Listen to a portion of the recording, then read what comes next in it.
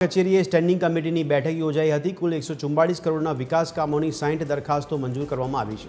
63માંથી 2 દરખાસ્તો પેન્ડિંગ કરવામાં આવી છે, ત્યારે ગાંડીવેલ કાઢવા માટેની કંપનીનું કામ યોગ્ય ન લાગતા તેને એક્સટેન્શન નામંજૂર કરાયું છે। આ કામ માટે નવેસરથી ટેન્ડર પ્રક્રિયા શરૂ કરાશે। નવા ફાયર સ્ટેશન, આવાસ અને નવી ભરતીને મંજૂરી અપાઈ છે। સાગડિયા સામે કાર્યવાહી કરવાની દરખાસ્ત મંજૂર કરી જનરલ બોર્ડમાં મોકલાઈ છે।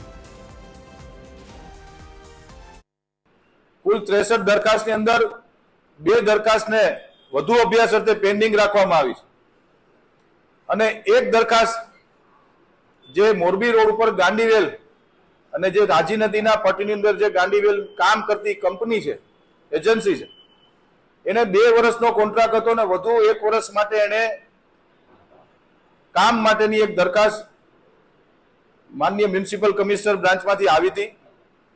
સ્ટેન્ડિંગ કમિટીમાં ભારતીય જનતા પાર્ટીના સર્વ સભ્યોશ્રીઓએ ચર્ચાના અંતે નક્કી કર્યું કે જોઈએ એવી કામગીરી આ કંપની દ્વારા કરવામાં આવી નથી, તો ફરી વખત રીટેન્ડર કરીને નવી agency, qualified agency upgrade tender કરીને અપગ્રેડ ના મશીનો સાથેની નવું ટેન્ડર બનાવવું અને નવી એજન્સીને આ કામ આપવા માટેની દરખાસ્ત હતી, જે રીટેન્ડરમાં ગઈ છે। બાકી તમામ દરખાસ્તોને આજે મેં લોકોએ મંજૂરીની મોહર આપી છે।